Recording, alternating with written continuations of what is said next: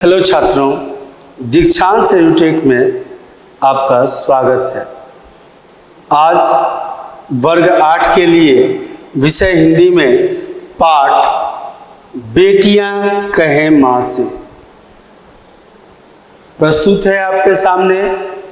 बेटियां कहें मां से क्या कहती हैं?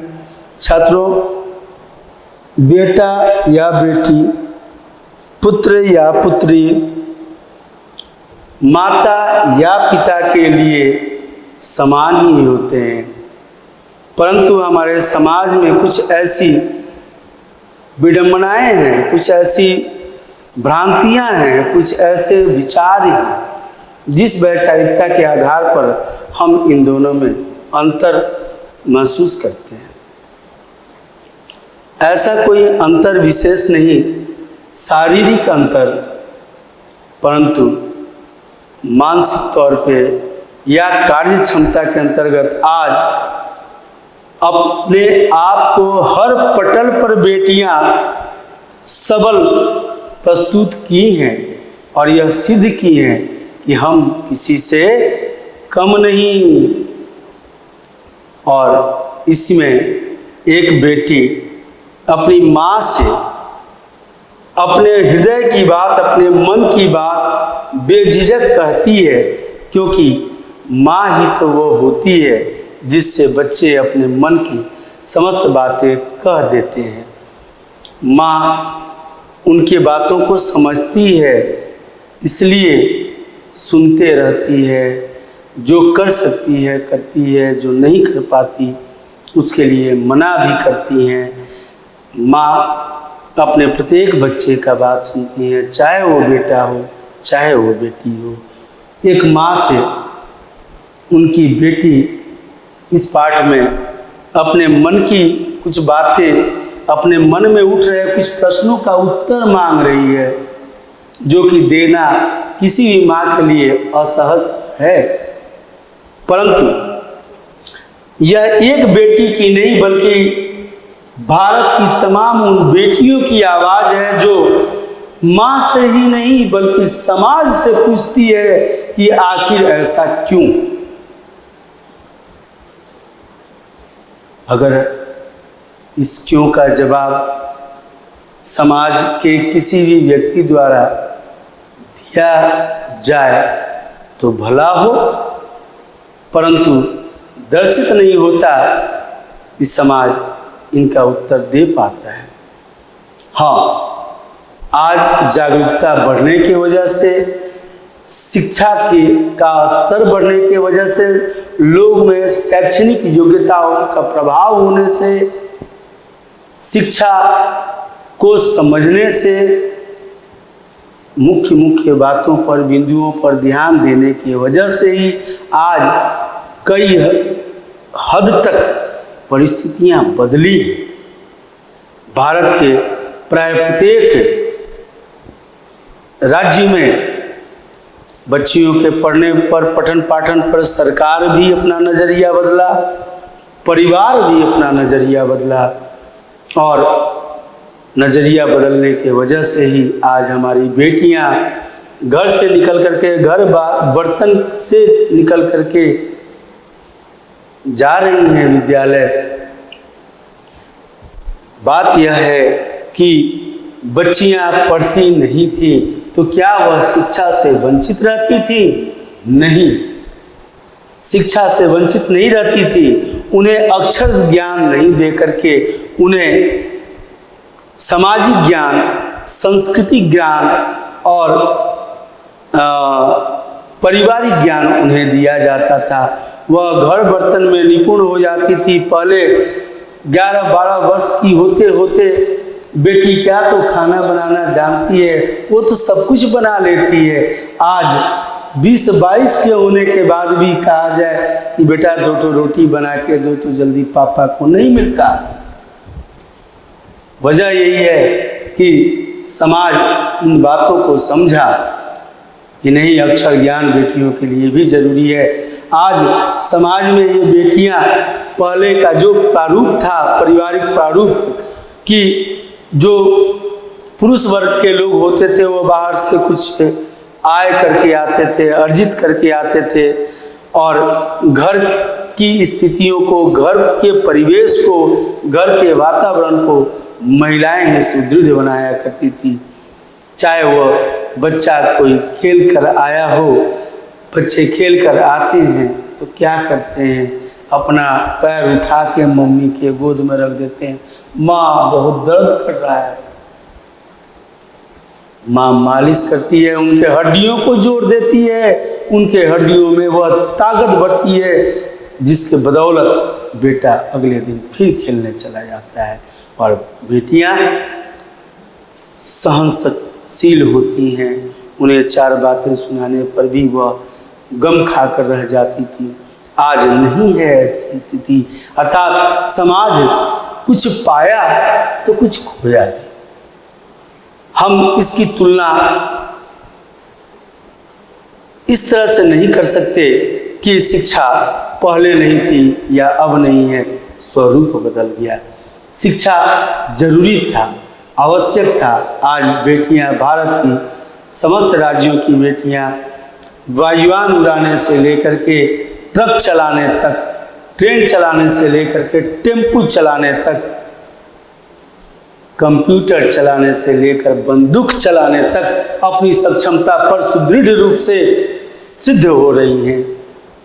अर्थात अगर बहुत पहले से यह मौका मिला होता तो बेटियां और आगे हो सकता था, संभवतः एक नए सृष्टि का निर्माण कर चुकी होती। सृजनकारी तो होती ही है बेटियां, क्योंकि बेटियों के ही वजह से यह पूरा संसार सृजन दिख रहा है। बेटियां एक नहीं 2-2 परिवार को देखने वाली होती हैं। ये अलग बात है कि ऑफिशियल महिलाएं अपने बच्चे को देखने में भी आज अक्षम, असक्षम दर्शित होती हैं। एक दाई रहती है बच्चे का लालन पालन करने के लिए। अगर और अधिकांश देखा गया है कि ऐसे ही परिवार में जिन बच्चों को बचपन में माता पिता की आवश्यकता है और उन्हें नहीं मिलते, वो बच्चे तो बड़े होने के बाद से बच्चे भी उन्हें छोड़ करके कहीं चले जाते हैं। ऐसा न हो, हम अपने परिवार को संगठित और सुनियोजित तरीके से अगर लेकर चलते हैं तो संस्कार बना रहेगा और सैद्धांतिक रूप से हमारा परिवार भी चलता रहेगा। इस पर हमें सभी को विशेष ध्यान देने की आवश्यकता है, तभी जाके एक सुदृढ़ और सुसंस्कृत समाज का निर्माण होगा। हम सभी इस समाज के एक प्रत्येक व्यक्ति मिलकर के एक करके घोतक हैं, समाज के निर्माण करता है, हम सभी निर्माण करता है, तभी तो जाके समाज निर्माण होता है। आइए छात्रों, हम देखते हैं इस पाठ में हम क्या क्या पढ़ने वाले हैं। इस पाठ के अंतर्गत हमें यह समझने का अवसर प्राप्त हो रहा है लैंगिक समभाव की आवश्यकता पर जोर देना। लैंगिक समभाव, लैंगिक अर्थात शारीरिक जो रूप रचना में अंतर होता है बेटे और बेटी में, उसको, उसकी आवश्यकता को समझना कि उसकी आवश्यकता है कहाँ, क्यों, और हम उसे पढ़ने नहीं जाने देते। आज से 25-30 साल पहले जाए हमारे रूरल एरियाज में, हमारे देश के गांव, ग्रामीण अंचलों में, तो हमें यही दर्शित होता है कि बेटियां जब भी जाओ वहाँ तो या तो खाना बनाते हुए, झाड़ू पोंछा लगाते हुए, या फिर चिपरी पाथते हुए, लकड़ियाँ चुनते हुए, इन्हीं कार्यों में, घरेलू कार्यों में वह दिखाई देती थी। जबकि स्थितियाँ बहुत बदली हुई है और आज प्राय सभी परिवार की सभी बच्चियाँ पढ़ने जाती, पढ़ रही हैं और लड़कों की अपेक्षाकृत अच्छा परफॉर्मेंस दे रही है। दूसरा पॉइंट है लड़कियों पर हो रहे अन्याय के विरुद्ध आवाज उठाना। तीसरा पॉइंट है बेटी बचाओ बेटी पढ़ाओ, बेटी बचाओ बेटी पढ़ाओ जैसी सरकारी योजनाओं की ज़रूरत समझना। ये जो सरकार इन बच्चों के लिए, बच्चियों के लिए जो तरह तरह की बातें ला रही हैं, हमारे सामने सूचनाएं ला रही हैं, उनको समझना चाहिए कि आखिर ऐसा क्यों कर रही है सरकार। सरकार सबसे सरोकार रखने वाली होती है और सबके विकास की ही बात सोच करके एक नया नियम या कानून पास करती है। बेटा और बेटी में समानता की भावना जागृत करना। बेटा और बेटी दोनों समान हैं, यह भावना हम सभी में रहे, किसी के मन में, हृदय में इसके प्रति कोई भी संदेह न रहे। नारी सशक्तिकरण की दिशा में कदम उठाना। जब हमारी ये बेटियां सबल होंगी, सुदृढ़ होंगी, तो वह जिस दिन नारी बनेगी उस दिन वह सशक्त नारी बनेगी और सशक्त रूप से, अनुशासित रूप से अपने परिवार का संचालन करेगी, तो निसंदेह वह परिवार एक सुदृढ़ पथ पर अग्रसर होगा। कहा जाता है अंग्रेजी में कि mother is a best teacher, mother is a best doctor. Because why? क्योंकि माँ किचन में रहे या बर्तन मांजती रहे या झाड़ू पोछा लगाती रहे, बच्चा बिस्तर पर सोया होता है, वह जैसे ही आवाज लगाता है, रोने की आवाज माँ के कानों में पड़ती है, तो माँ की ममता उसे संकेत करती है, उसे सूचना देती है कि बच्चा रो रहा है, और रो रहा है तो क्यों रो रहा है। उसको भूख लगी है, वो बिस्तर पे सुसु कर दिया है, या फिर उसके देह हाथ में, बदन में दर्द हो रहा है। उसके मात्र आवाज से पहचान लेती है कि बच्चा रो क्यों रहा है, जो कि एक डॉक्टर नहीं पहचान सकता। इसीलिए कहा गया है कि mother is a best doctor. और जब बच्चा तोतला बोलता है, खुल के नहीं बोल पाता सभी बातों को, तब बाहर जब घूमता है, खेलता है, घसुक घुसुक के, उस समय से लेकर चलने तक कोई उसका गाल खींचता है, कोई नाक खींचता है, कोई दुलार करता है, कोई प्यार की बातें करता है, तो कोई डांट देता है। उस वैसी बातों में, वैसी स्थितियों में सारी बातों को वो जो रिकॉर्ड किए रहता है, जब अपनी माँ के गोद में जाता है तो सब अपनी तोतली भाषा में कहता है, और माँ उसके सारी बातों को ठीक ठीक समझ लेती है कि उसका कौन नाक खींचा था, कौन गाल खींचा था, कौन दुलारा था और कौन फटकारा था। यह बातें माँ असहज नहीं बल्कि सहजता से समझती है। इसीलिए कहा गया है कि mother is a best teacher. माँ से बढ़कर कौन, और वो माँ निसंदेह किसी न किसी की बेटी होती है। वह जिस दिन सुदृढ़ होगी उस दिन उस परिवार का सारे वंश, सारे बच्चे सुदृढ़ होंगे। इसलिए उनका निर्माण तो करना अति आवश्यक है। इन बातों को समझना हमारे लिए भी अति आवश्यक है। और अंतिम है कविता पढ़ना और समझना। आइए छात्रों शुरू करते हैं कविता। माँ मुझको बतलाओ तुम्ही, माँ मुझको बतलाओ तुम्ही। एक बेटी अपने मन में उठ रहे सवालों के जवाब माँ से मांगती है, भला और किससे मांगने जाए। उसकी जन्मदाता, उसकी जीवनदाता, उसकी अन्नदाता अर्थात ईश्वर स्वरूपा माँ ही तो है, और किससे वो पूछे। पूछती है माँ से अपने कि माँ मुझको बतलाओ तुम्ही, क्या यह है अन्याय नहीं। कौन सी बात अन्याय है भाई। ऐसी तो बेटियां अगर माँ से पूछ दे तो सब पका जाएगी, क्या कर दिए भाई, बहुत कुछ किए। माँ ही यह अंतर सबसे पहले स्पष्ट कराती है। बिस्कुट देना हो तो बेटे को लल्ला जी को ज़्यादा मिलता है, बेटियों को कम मिलता है। नहीं करना है ऐसा, ये कोई भेद नहीं। दोनों हमारे लिए बराबर है। यह सोच, और जिन नारियों की ऐसी सोच है उन्हें सलाम है, यह सोच जरूरी है। माँ मुझको बतलाओ तुम्हें, क्या यह है अन्याय नहीं? भाई मुझसे छोटा है पर मुझ पर रोज उठाता हाथ। क्या है यह अन्याय नहीं है? भाई मुझसे छोटा है और वो मेरे ऊपर हाथ उठाता है,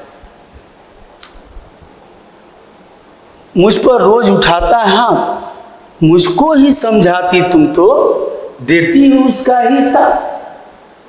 क्या मां, यह न्याय नहीं?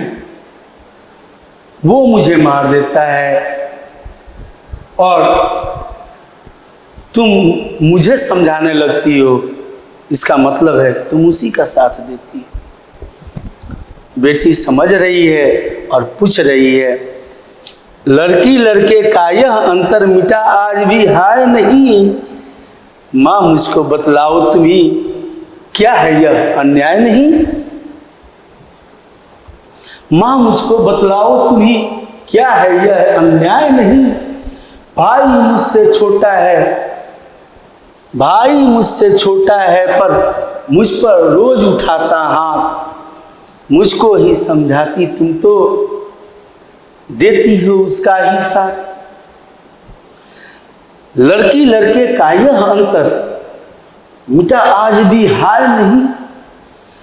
माँ मुझको बतलाओ तुम्हें, क्या है यह अन्याय नहीं? भावार्थ है, बेटी अपनी माँ से कहती है कि उसका छोटा भाई उस पर रोज हाथ उठाता है, अर्थात मारता है, मगर फिर भी माँ तुम तो भाई का ही साथ देती हो, क्योंकि भाई को कुछ नहीं कहती, सिर्फ मुझे ही समझाती हो। माँ, क्या यह मेरे साथ अन्याय नहीं करती? तनिक सोचिए, इस बेटी का जवाब है ये तो पूछेगी, क्योंकि इसके साथ ऐसा हुआ और निसंदेह यह अन्याय ही हुआ। आइए, इन सभी सवालों के जवाब मात्र और मात्र एक ही है कि प्रत्येक बेटी पढ़े, प्रत्येक बेटी आगे बढ़े, प्रत्येक बेटी अरे सृजन करता तो पहले से ही है, समाज का निर्माण करता भी बने, तब उसकी ये सभी प्रश्नों के उत्तर मिल जाएंगे। और मिल क्या जाएंगे, ऐसे प्रश्न भी उनके दिमाग में नहीं उठेंगे, क्योंकि उनके पास भी फुर्सत नहीं रहे इन बातों को सोचने की। अगली पंक्ति में है, दूध दही घी मक्खन उसका, मेरे हिस्से रोटी दाल। बात तो सही है, और ये कोई और नहीं, माँ दादी अर्थात नारी को रोकने वाले नारियां ही तो हैं। पुरुष भक्त तो कभी रहा नहीं, पुरुष भक्त तो कभी पिता, कभी भाई, कभी पति, कभी पुत्र बन करके सदैव ही सहयोग प्रदान किया है, परंतु पुरुष वर्ग ही महिलाओं के रुकावटों के अंतर्गत जब भी बातें होती हैं कि महिलाओं के पथ रोधक कौन है, तो पुरुषों का ही नाम आता है, जबकि वास्तविकता देखने की आवश्यकता है। आज शिक्षा का स्तर बढ़ा है, महिलाएं भी इन बातों को देख सकती हैं, समझ सकती हैं कि घर में जब नई बहू आती थी तो उस पे अत्याचार का पर्याय कहा जाने वाला जो भी शब्द है, अगर प्रयोग होता था तो किसके द्वारा किया जाता था? निसंदेह सास ननद अर्थात महिलाओं के द्वारा ही किया जाता था। उसके पथ अवरोधक पुरुष कभी नहीं रहा, महिलाएं ही रही, परंतु सदैव ही समाज का यह एक विकृत रूप है जिसे समझ पाना असहज है। दूध दही घी मक्खन उसका, मेरे हिस्से रोटी दाल। करती हूं सब काम तुम्हारा, उसको कहती मेरा लाल। मतलब घी मक्खन दूध दही यानी खाने पीने की जितनी अच्छी चीजें हैं सब आपका लाल खाएगा। और जो चीजें खराब होने वाली होती हैं या अब अरुआ जाने वाली होती हैं, रात की बच गई हैं तो सुबह में मिलेगा, दिन भर का बच गया है तो रात में मिलेगा नहीं। तुम ये खाओ, वो तो बाबू खाएगा, बेटा खाएगा, मेरा सोना लल्ला खाएगा। और ऐसा क्यों करती हो माँ? दूध दही घी मक्खन उसका, मेरे हिस्से रोटी दाल, करती हूं सब काम तुम्हारा, उसको कहती मेरा लाल। मैं क्या कोई नहीं तुम्हारी, क्या मुझसे है प्यार नहीं? माँ मुझको बतलाओ तुम्हें क्या है यह अन्याय नहीं। माँ मुझको बतलाओ तुम्हें क्या है यह अन्याय नहीं। भावार्थ है माँ उसे तुम अच्छे अच्छे खाने जैसे दूध दही घी मक्खन आदि देती और मुझे सिर्फ रोटी दाल देती, जबकि तुम्हारे साथ घर के सारे काम मैं करती हूँ। माँ तुम फिर भी उसे ही अपना प्यारा बेटा, लाल का अर्थ होता है प्यारा बेटा, कहती हो। क्या मुझसे तुमको प्यार नहीं है? और क्या अगर है प्यार तो क्या यह अन्याय नहीं है? है, निसंदेह है अन्याय। ऐसा कदापि नहीं होना चाहिए। बेटा और बेटी एक समान, माता पिता करे गुमान इन अपने संतानों पर, क्योंकि ये बने हैं आए हैं धरा पर आप जैसे भगवान। वो आप ही के बच्चे हैं, दोनों ही बच्चे माता पिता को सदैव उन दोनों पर एक ही प्रकार से ध्यान देना चाहिए। उनके समस्त समग्र विकास की तरफ उनका ध्यान सुनिश्चित करके तब उनके ऊपर ध्यान दे करके उनका भविष्य निर्माण करना चाहिए। यह माता पिता का कर्तव्य भी है और कर्म भी। और इस कर्म और कर्तव्य के साथ जो भी माता पिता अपने बच्चों को शिक्षा देते हैं वह बुढ़ापे में अनाथ आश्रम की चिंता नहीं करते। चाहे खेले देर रात तक करे शैतानी वह भरपूर, चाहे खेले देर रात तक करे शैतानी वह भरपूर।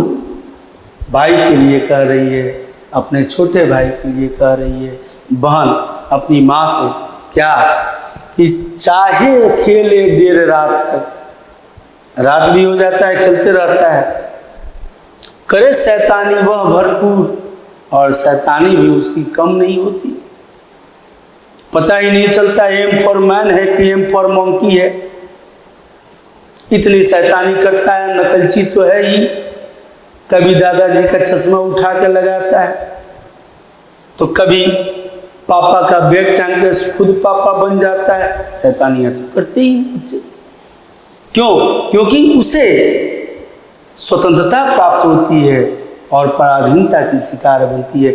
यह भी अगर स्वतंत्र रहें बेटियां भी तो अपने विचारों को स्वतंत्रता पूर्वक आपके सामने रखें, निसंदेह उनका भी विकास समुचित होगा और आपके परिवार का विकास भी समुचित होगा।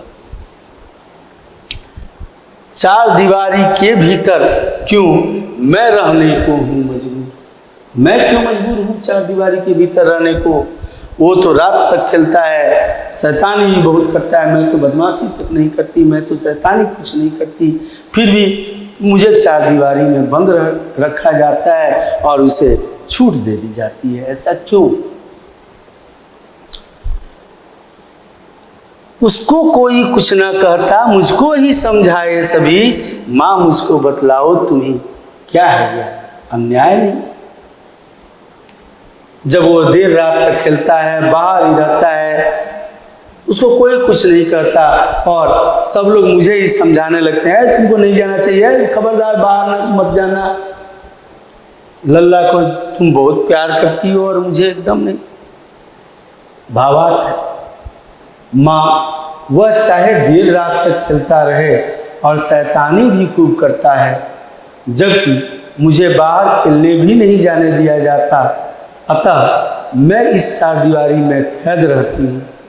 फिर भी उसे कभी कोई कुछ नहीं कहता मतलब डांटता। घर के सभी लोग सिर्फ मुझे ही समझाते हैं। तुम ही बताओ माँ, क्या यह मेरे साथ अन्याय नहीं?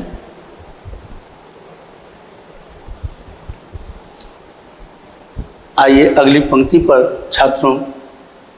कभी कभी जब मुझे प्यार से अपने पास बिठाती हो, कभी कभी जब मुझे प्यार से अपने पास बिठाती हो, मुझे पराया धन दादी का कहना क्यों सह जाती हो। दादी बार बार पराया धन कहती है। छात्रों, ध्यान देने योग्य बात है, पराया धन पापा या दादा या भैया नहीं, दादी कहती है। कभी कभी जब मुझे प्यार से अपने पास बिठाती हो, मुझे पराया धन दादी का कहना क्यों सह जाती हो। यह सहने की वजह से ही तो मेरी ये दुर्दशा है। क्यों सह जाती हो। अपना बचपन आज तुम्हें क्यों आता है याद नहीं। तुम भी तो भुक्तभोगी हो। अपना बचपन आज तुम्हें क्यों आता है याद नहीं। माँ मुझको बतलाओ तुम्हें क्या है यह अन्याय नहीं। ध्यान से सुनिएगा। कभी कभी जब मुझे प्यार से अपने पास बिठाती हो, मुझे पराया धन दादी का कहना क्यों सह जाती है। पूछ रही है बच्ची, अपने भाव विवलता से अपने भावनाओं को प्रकट कर रही है अपनी माँ के सामने, और करते हुए कहती है कि अपना बचपन आज तुम्हें क्यों आता है याद नहीं। माँ मुझको बतलाओ तुम्हें क्या है यह अन्याय नहीं। भावार्थ छात्रों, माँ कभी कभी जब तुम मुझे अपने पास प्यार से बिठाती हो और उस समय दादी मुझे पराया धन कहती है, तब तुम उन्हें क्यों नहीं कुछ कहती। माँ, क्या मेरे रूप में तुम्हें अपना बचपन याद नहीं आता। तुम ही बताओ माँ, क्या यह मेरे साथ अन्याय नहीं है। अक्सर ही दादी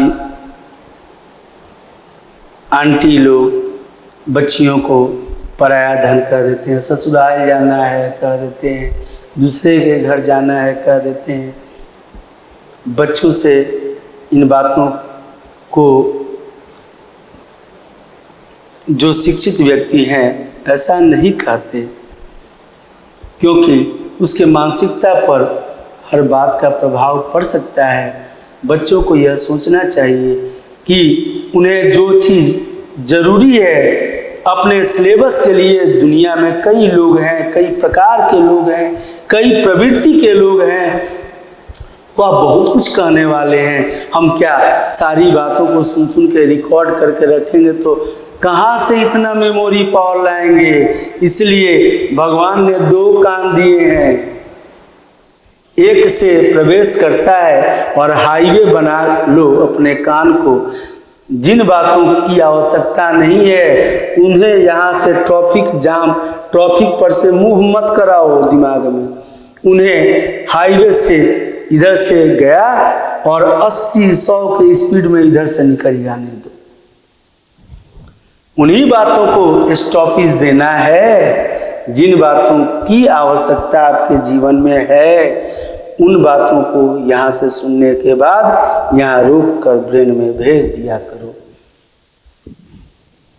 कई लोग कई तरह की बातें करते हैं, हम किसकी कितनी सुनते रहें।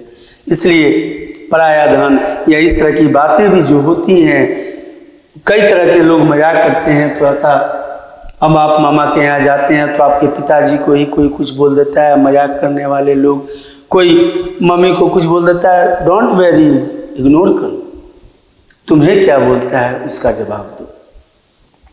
इन बातों को इस तरह से समझ करके हम आगे अपना काम कर सकते हैं। उन्हीं बातों से मतलब रखना है छात्रों, जिन बातों को आपके अग्रसर होने में, आपके आगे बढ़ने में उनकी आवश्यकता है। उन बातों को नहीं जो आपके लिए ज़रूरत नहीं है, उन्हें यही कह के जाने दो कि जाओ भाई, मेरे अंगने में तुम्हारा क्या काम है, निकल जाए। कभी कभी जब मुझे प्यार से अपने पास बिठाती हो, मुझे पराया धन दादी का कहना क्यों सर जाती हो? अपना बचपन आज तुम्हें क्यों आता है याद नहीं? माँ मुझको बतलाओ तुम्हें क्या है यह अन्याय नहीं? बाबा आपने समझा है, आगे बढ़ते हैं छात्रों।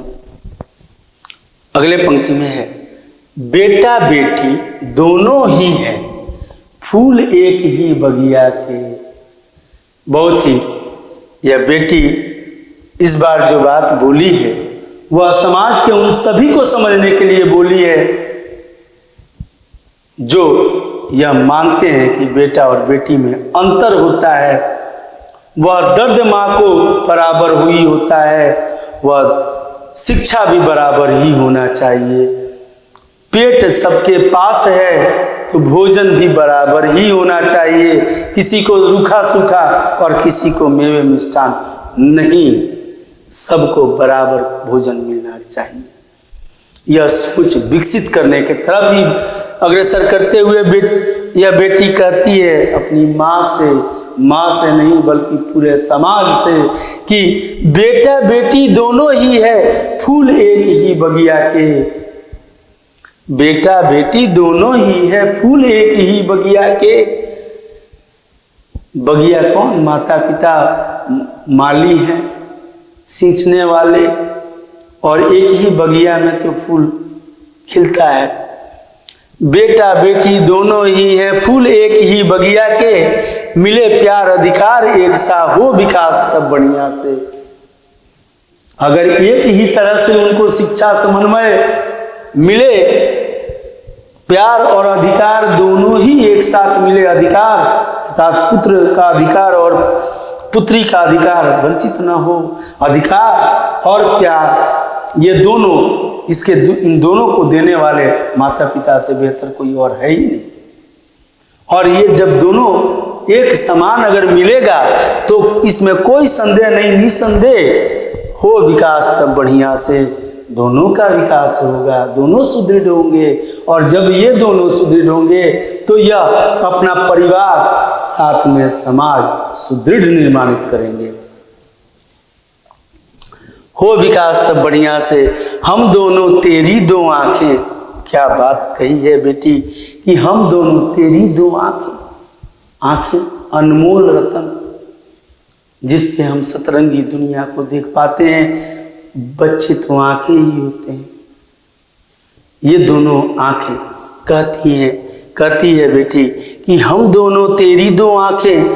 मानो अब यह बात सही, जो तुम मेरे साथ खड़ी हो, होगा तब अन्याय नहीं। अगर माँ तुम मेरे साथ खड़ी हो जाओ तब मेरे साथ कोई अन्याय करने वाला नहीं है।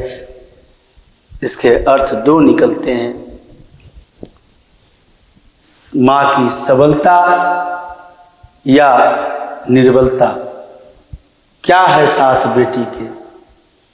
अगर सबल माँ है और माँ की सबलता बेटी के साथ है तो उसके साथ अन्याय नहीं हो सकता। अगर दुर्बल है माँ और दुर्बलता अपनी दे रही है बेटी के साथ तो अन्याय है। वह परिवार में, उसी घर में, उसी परिवार में उसे विस्थापित रूप से रहने पर मजबूर करना उचित नहीं। अतः दोनों का प्यार और अधिकार पर समान वर्चस्व हो, इसलिए माता पिता हमेशा सदैव अपने बच्चों पर ध्यान दें। बेटा बेटी दोनों ही है, फूल एक ही बगिया के। मिले प्यार अधिकार एक सा हो विकास तब बढ़िया से। हम दोनों तेरी दो आंखें, हम दोनों तेरी दो आंखें। मानो अब यह बात सही, जो तुम मेरे साथ खड़ी हो, होगा तब अन्याय नहीं। ये माँ, तुम अगर मेरे साथ खड़ी हो तो कभी अन्याय नहीं हो सकता। इसका एक अर्थ यह है कि माँ अपनी सबलता के साथ अगर अपनी बेटी के साथ खड़ी है तो अन्याय नहीं हो सकता। और दूसरा पहलू ये है कि अन्याय तब कर कौन रहा है। निसंदेह अगर माँ के साथ खड़े रहने पर अन्याय नहीं हो रहा है तो सीधा सीधी बात है कि माँ के साथ न खड़े रहने पर अन्याय हो रहा है। अर्थात माँ प्यार और अधिकार समान रूप से अगर नहीं देती है तब अन्याय है। अगर दोनों को समान रूप से दे रही है तो अन्याय नहीं है। कौन अवरोधक एक महिला के जीवन का, एक नारी के जीवन का अवरोधक कभी पुरुष नहीं। भावार्थ यह है, माँ बेटा बेटी तो दोनों तुम्हारे ही बगिया के फूल हैं। यदि इन दोनों को तुम्हारा प्यार, संस्कार तथा अधिकार एक ही प्रकार से मिले तो इन दोनों का विकास भी एक जैसा होगा। माँ, यह बात सही है कि ये दोनों ही तुम्हारी दो आंखें हैं। यदि तुम मेरे साथ हर कदम पर खड़ी रहो और भाई जैसा मुझे भी अधिकार दो तब मेरे साथ अन्याय नहीं होगा। बेटी की इन बातों को सुन करके अगर पत्थर भी दिल भी माँ होगी तो पिघल जाएगी। और निसंदेह इन कविताओं को इन्हीं कारणों से प्रस्तुत भी किया गया है कि हमारा आने वाला अगला जनरेशन सुदृढ़ बने, संकल्पित बने और इस बात का संकल्प ले कि वह अपने अगले जनरेशन को सुदृढ़ बनाए। छात्रों, इस पाठ के द्वारा मैं एक तनिक सा बात पाठ से बाहर का रखता हूँ आपके सामने सोचने के लिए कि समाज में कई प्रकार के व्यक्ति हैं, कई व्यक्तित्व के धारक हैं, कई प्रकार की प्रवृत्तियां हैं उनकी, वह कई बातें रोज बोलते हैं। ये अलग बात है कि जिन बातों को वो नहीं जानते, नहीं समझते, वो भी बोलते हैं। जैसे मान लिया जाए कि अगर मालूम चलता है कि एक स्टूडेंट किसी कारण से प्लग कर गया, अपने एग्जाम में फेल हो गया है, वह सुचारू ढंग से सफल नहीं हो पाया है, तो सब लोग प्राय उसे समझाने लगे, तुम्हें ऐसे पढ़ना चाहिए, तुम्हें ऐसे करना चाहिए, तुम्हें वैसे चलना चाहिए, तुम्हारे इन्हीं आदतों के कारण तुम्हारा ये स्थिति हो गया। और यह फ्रस्ट्रेशन लेते जाता है छात्र। ऐसा कभी ना हो छात्रों, यह फ्रस्ट्रेशन की विषय वस्तु नहीं है। हो सकता है कि फ्रस्ट्रेशन के लिए ही कोई कह रहा हो, इसलिए कभी फ्रस्ट्रेशन नहीं, असफलता से ही तो सफलता प्राप्त होती है। इसलिए यह कहा गया है कि क्या कमी रह गई उसे स्वीकार करो, अगर कमी हुई है स्वीकार करो और देखो और सुधार करो। जिस दिन सचिन तेंदुलकर 0 पर आउट हो जाते थे तो इंडिया के गली गली चौराहों पर उनके पुतले बना करके आग फूंक दिया जाता है और सचिन हाय हाय, सचिन हाय हाय किया जाता था। जबकि बेताज बादशाह, उन्होंने कभी भी, उनके ऊपर कई कटाक्ष लोग करते थे, लेकिन उन्होंने किसी पत्रकार के माध्यम से किसी पर भी कोई कटाक्ष नहीं किया, बल्कि अपना कर्म किया, अपना बल्ला घुमाया, अपना बैट चलाया, वही उनका कर्म था। और वो बैट जिस दिन शतक हो जाता था उस दिन वाह वाह वाह वाह वाह वाह होने लगता था। उनके वैसे ही पुतले बनाए जाते थे और माला पहनाया जाता था। चौराहों पर खड़े होकर लड़के नृत्य करते थे, गाना गाते थे और सड़क बंद कर देते हैं। शहरों में क्या है, तो इंडिया की जीत की खुशी मना रहे हैं। इन तमाम बातों पर वह महान बल्लेबाज ध्यान नहीं देता था। वह महान बल्लेबाज अपने सिर्फ कर्म पर ध्यान देता था और उसके कर्म पर ध्यान देने के ही बदौलत वह आज विश्व का सर्वश्रेष्ठ बल्लेबाज बना। उसके रिकॉर्ड को बहुत कम ही ऐसा चांस है कि कोई तोड़ पाए 100 शतकों का रिकॉर्ड। वह क्रिकेट का पिता जनक, चाहे जो भी उपाधियां प्राप्त कर लें, लेकिन वह अभिमान नहीं अपने मन में रखा, वह अपने कर्म पर ध्यान दिया। बस यही मंत्र याद रखना है। जिन महान विभूतियों को आप देखते हैं, जिनके नाम आप इतिहास के पन्नों पर पढ़ते हैं, उनके जीवनी में झांक कर देखेंगे तो निसंदेह वह अपने कर्म पर ध्यान दिए, और जो अपने कर्म पर ध्यान देते हैं उन्हें ही कर्मठ कहा जाता है। अपनी कर्मठता से जो अपना कर्म करते हैं वही महान बनते हैं। हमें किसी के बात का जवाब नहीं, बल्कि अपने कर्म के आधार पर अपने लक्ष्य की प्राप्ति जिस दिन कर लेते हैं, ठीक सचिन तेंदुलकर के शतक की तरह सब लोग वाह वाह करते हैं। और जिस दिन हम असफल होते हैं, ठीक है, सचिन तेंदुलकर के पुतले जलाकर हाय हाय जैसे हो रहा था वैसे लोग हाय हाय करते हैं। न हाय हाय न वाह वाह, अपने कर्म पर ध्यान देना है और सुदृढ़ता से अपने कर्म को करना है। जिस दिन आप सफल हो जाएंगे, आप न हाय हाय की चिंता करें, न वाह वाह की चिंता करें। आप तो चिंता इस बात की रखें, चिंता नहीं चिंतन, कि हम वहां तक पहुंचे कैसे। जब मार्ग मिल जाता है तो चलना शुरू कीजिए और चलने के तरीका से वहां तक पहुंच जाइए। किसने रोका? चाहे बेटी चाहे बेटा, दोनों ही सुदृढ़ बने, तभी तो हमारा समाज सुदृढ़ बनेगा।